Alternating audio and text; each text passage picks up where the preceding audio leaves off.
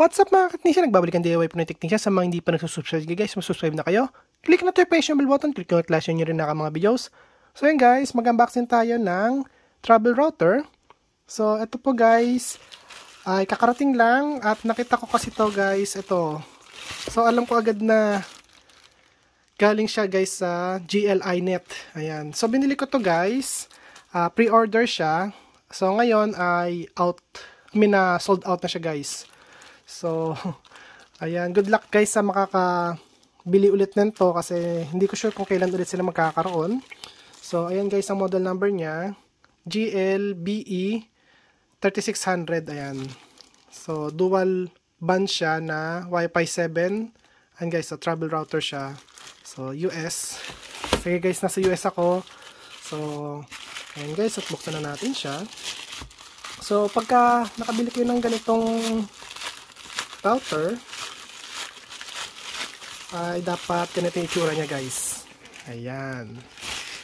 So, first time ko lang magbubukas nito guys. Ang ganda niya. Ayan siya guys. Oh. Wow. So, yan yung itsura niya guys.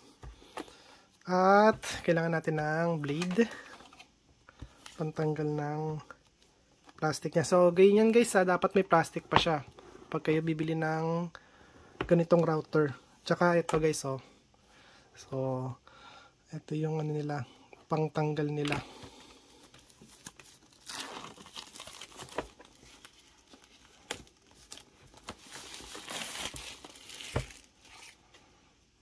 So, ayan guys. At, ulisin na natin to.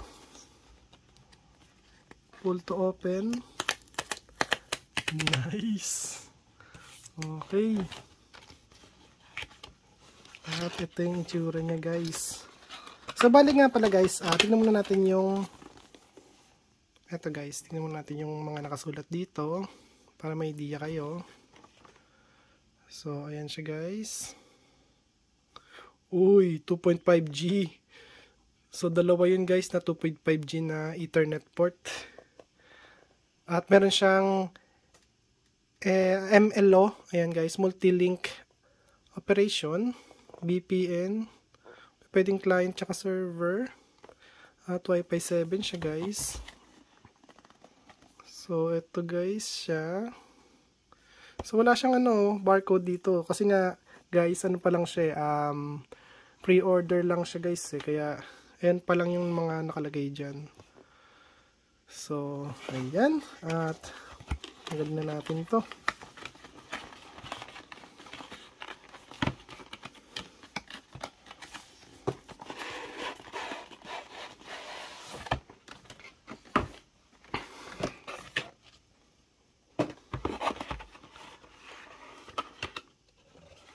So, ganito dapat ang itsura niya guys.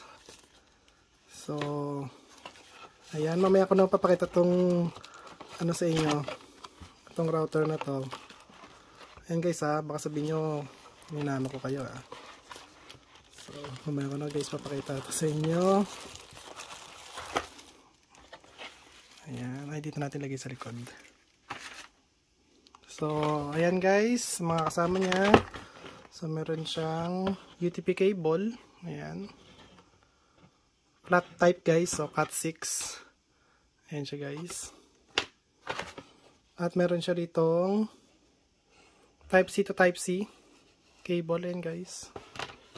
Tapos, nandito yung charger niya. So, nandito yung charger niya guys.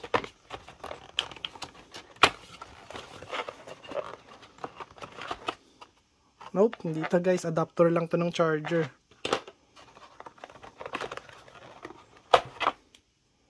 Hindi rin. Adapter lang din to. Ito guys yung charger. Ang liit. Another adapter. Kasi natin to guys. So, ito guys kung sakaling punta kayo ng ibang lugar, isalpak lang siya guys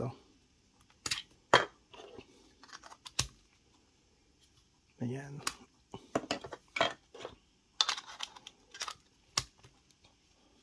Okay guys, okay na okay ito.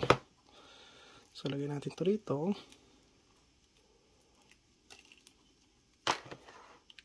Ayan. And then ito sa may router natin. So, kunin ko yung router, guys.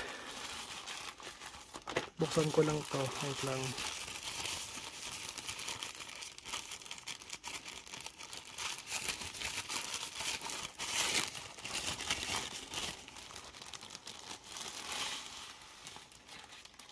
Uy, ganda. Ang bigat niya, guys. Ang bigat.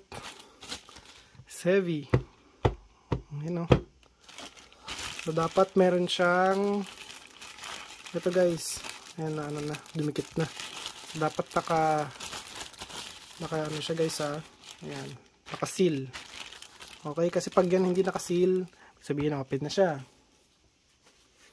So, alisin natin ito. At ito na siya, guys. Wi-Fi 7.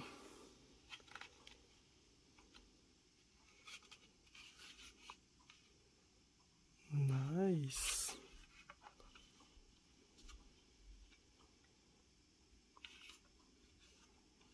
So, ayan, guys. PD. Power siya, guys. 5 volts, 9 volts, saka 12 volts. So, depende yan, guys, sa charger na gagamitin nyo. Okay. Tapos, meron siyang 2.5G. Tapos, meron din siyang LAN na 2.5G. So, ayan, guys. At ito yung USB niya, guys. Pwede sa cellular at saka sa tethering. Ayan. So, ayan, guys. So, GLI net. So, itong power supply niya ay ayan, guys. 5 volts, 3 amps, 9 volts, 3 amps, 12 volts, 2.5 amps, 15 volts, 2 amps, 20 volts, 1.5 amps, equivalent 30 watts. So, ayan, guys, at turn on na natin siya. Ayan, so, lagyan na natin siya dito. Tapos, saksak na natin ito sa ayan.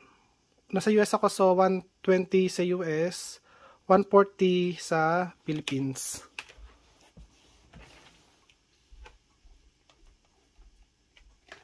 Ayan, guys.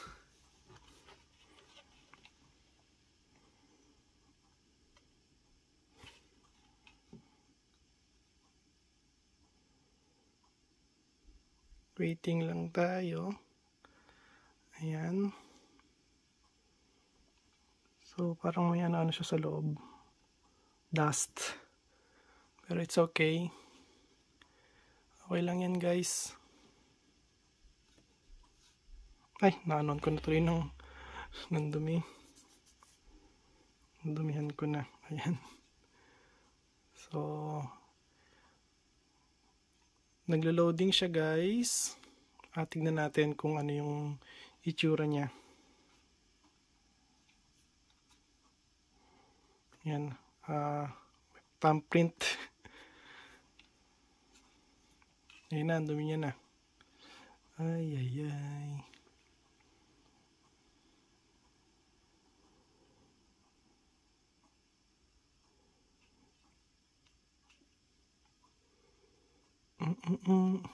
Waiting. Para alam niyo din, guys, kung kaya siya katagal mag-load. Ayan. So, ayan, guys, at kung nakita nyo, pwede siya i-connect via Wi-Fi or connect via LAN. So, doon tayo sa connect via LAN. Plug the cable, connect here.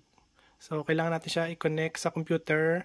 Sa LAN port tayo kukonect, guys, dito. Sa LAN port to. So, kailangan natin siya i-connect sa computer. So, punta tayo, guys, sa computer. Bago nga pala yun, guys, tingnan muna natin yung sa likod. So, ayan yung sa likod niya.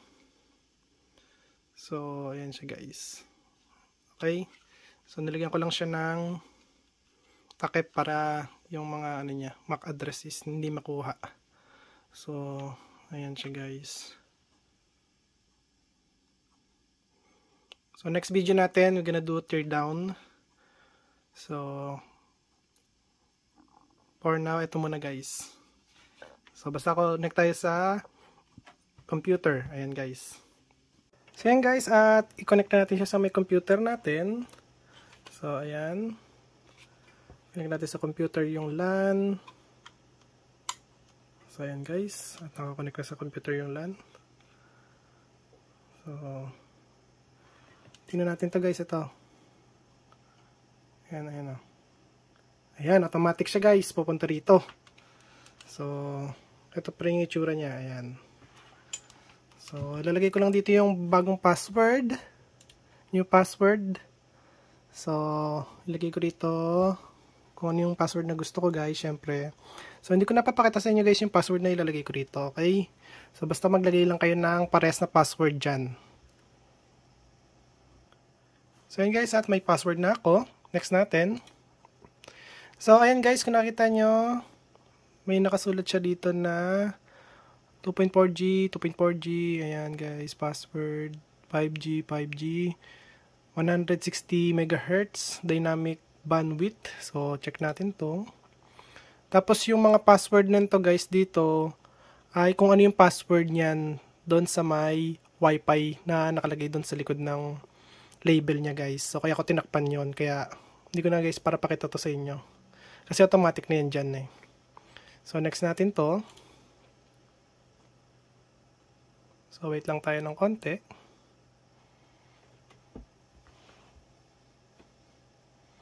At, ayan na siya. So, kung nakita nyo, ayan guys. So, dito guys, pwedeng gawin siya as Ethernet, syempre, repeater or tethering, ayan guys. So, for now guys, di ko muna anin to, gagalawin. So, kayo bahala rito maglaro kung bibili kayo nito guys. So, exit lang natin to and then papakita ko sa inyo kung ano yung mga anda dito. So, ayan. So, tingnan naman na natin dito sa ano niya. Ito na yung pinaka-latest version nito guys. 4.7.1. Yan, version. So, balik tayo dito. So, ayan, pwedeng gamitan ng dalawang Ethernet port yan, guys. Ayan. So, ibig sabihin nun, guys, ay pagka ino natin to, ay hindi, nasa na yan?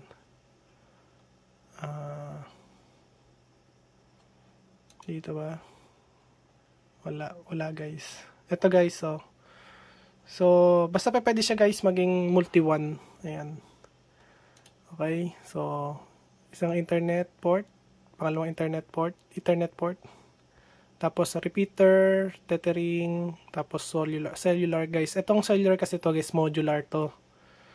So, ayan. So, pwede kayo sa AdGuard, IPv6, VPN, tsaka Tor. Ayan. So, for now, tayo lang yung client, nasa LAN. Ayan. So, punta tayo dito sa wireless. So, ayan guys, nasa wireless. 5G tsaka 5G guest. 2.4G tapos 2.4G guest. Ayan guys. Tapos, meron tayo ditong MLO, Wi-Fi, tsaka yung MLO guest. So, multi something yan guys eh.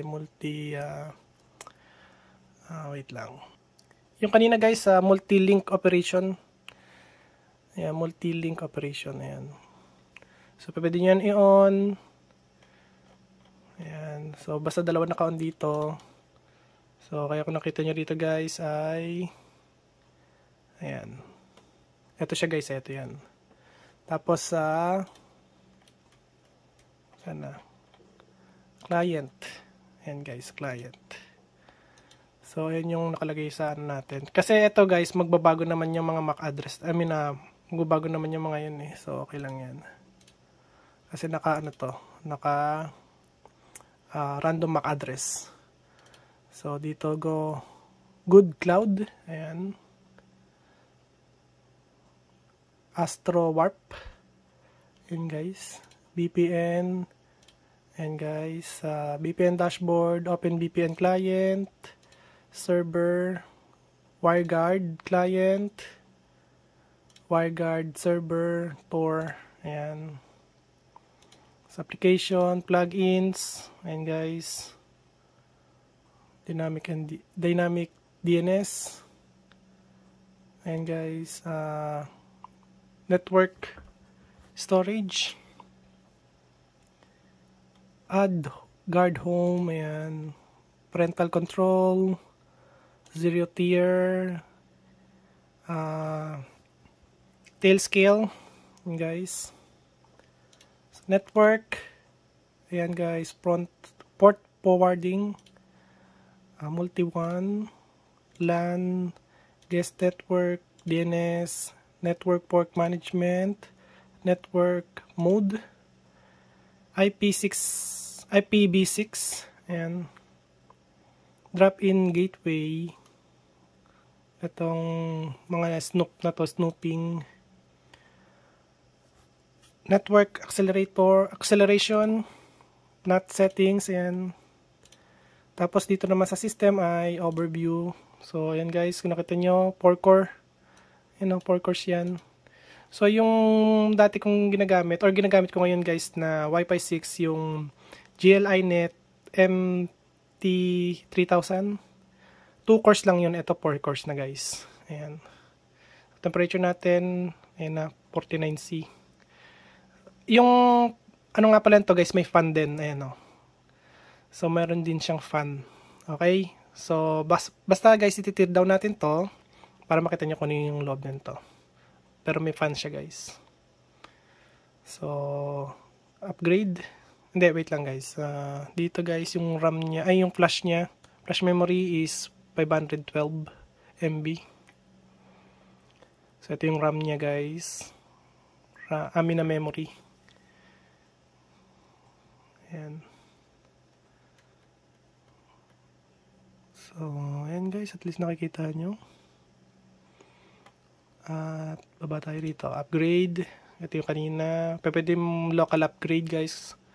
Basta meron silang bin file, image, zip, tara, tsaka GZ.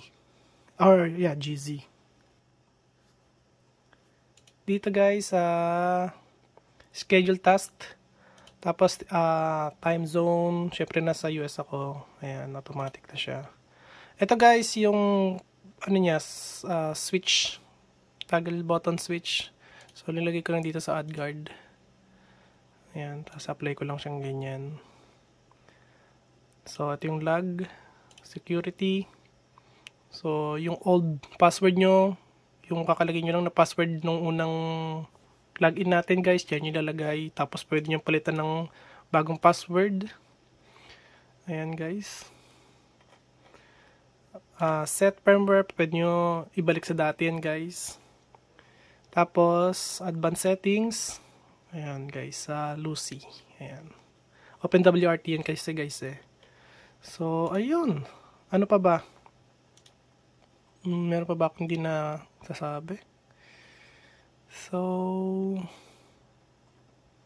ang ginagawa ko dito guys, kasi guys, nasa na yun? Application na ito, home. Itong add guard home guys, ginagawa ko dyan ay ito. Binubuksan ko itong dalawang to, apply ko lang to.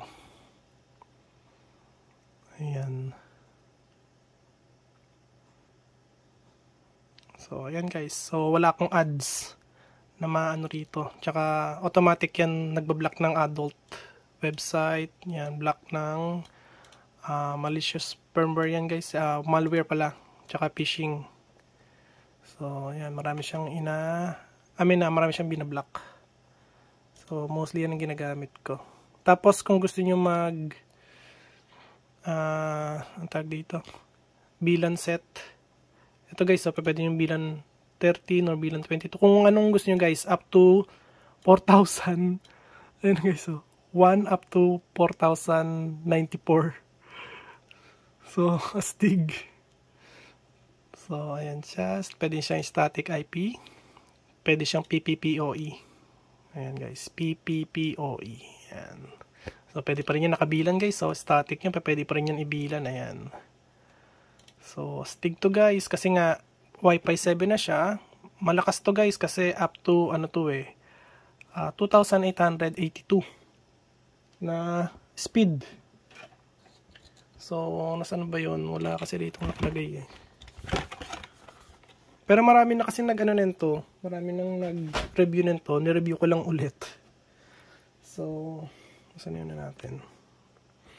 Wala. Hindi ko pa pwede dito ilagay sa ano ko sa internet eh. Kasi pag nilagay ko sa internet to, maglalabasan dito mga IP address ko.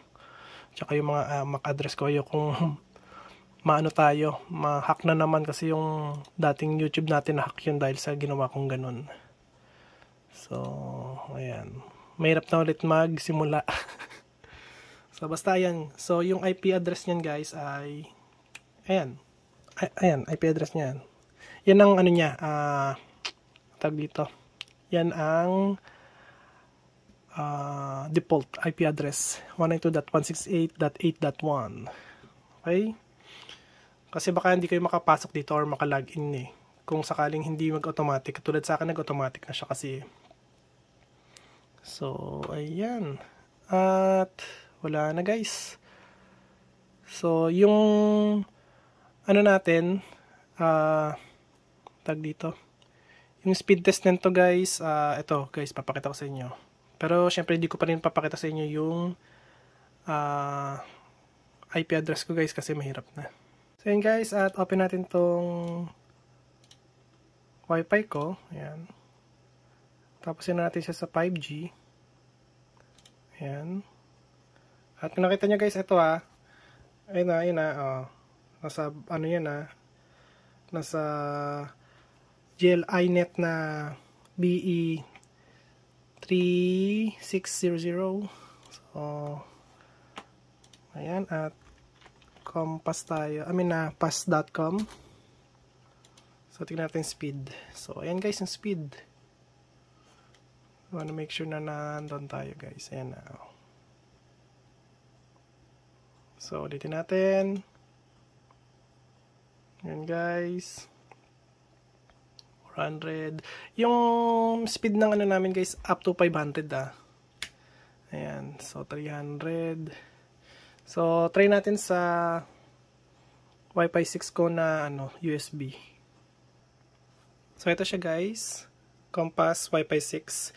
Bale guys, sa disclaimer ko, wala po akong Wi-Fi 7 na module dito, pang test. Tsaka, hindi po gigabit internet yung LAN namin or yung ISP namin guys. Okay? So, wait lang guys. Buburahin ko lang yung, di-disable ko lang yung integrated ng Wi-Fi sa motherboard. So, yan siya guys. So, eto guys. Saan na yun? Eto guys. Disable ko muna to. Ayan. So, ayan, naka-disable na tong adapter ko. At ang ginagamit ngayon natin yung ito guys, wait lang. Balik tayo dito. Wait lang, kailangan pala ng password. So, ayan guys, at next natin to.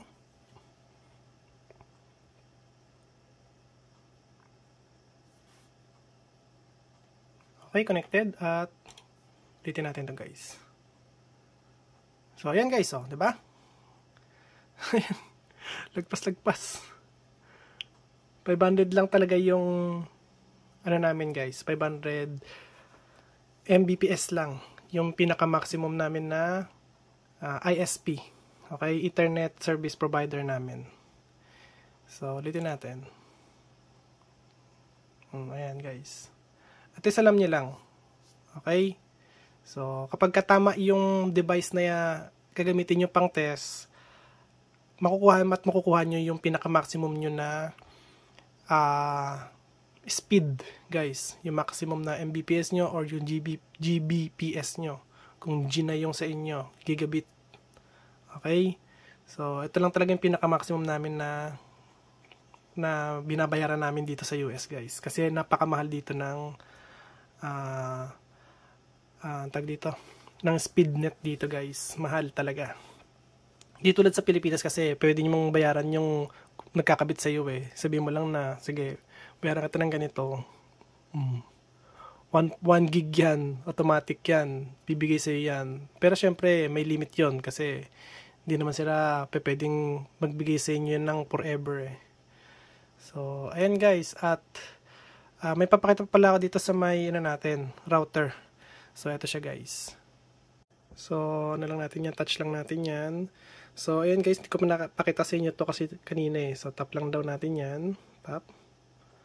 So, ayun guys, nakita nyo. Tapos, down. Okay. Tapos, down. Okay. Tapos, up. Tapos, left or right. Left or right. Ayan guys. Okay. So, may mga settings siya guys na makikita natin dito guys. So, nakita nyo, CPU ko 0.7 lang kinakain niya ngayon. No? Memory 32%. Yung flash memory niya naman ay 31%. Okay. So, ayan guys. At nakikita talaga rito. Pwede nyo i-on off yan. Kung gusto nyo guys. Katulad tong add guard home. Pwede ko i-off kung ayoko nyan. Tapos, pwede ko siya i-on. Ayan, ganyan po guys kaganda tong GL-iNet na Slate 7. So, nagugustuhan ko talaga siya guys. So, next video natin nito, magte-tear down tayo nito. And the next video natin, hahanap tayo ng USB na Wi-Fi 7 na ganitong compass. Okay? Kasi, alam ko meron na si compass na Wi-Fi 7 nitong USB eh. So, ito try natin yan guys dito. Okay? Pero yun nga, maximum pa rin niya is, ano pa rin, tawag dito, yung ito, 500 Mbps lang talaga maximum na ibibigay ko sa inyo guys.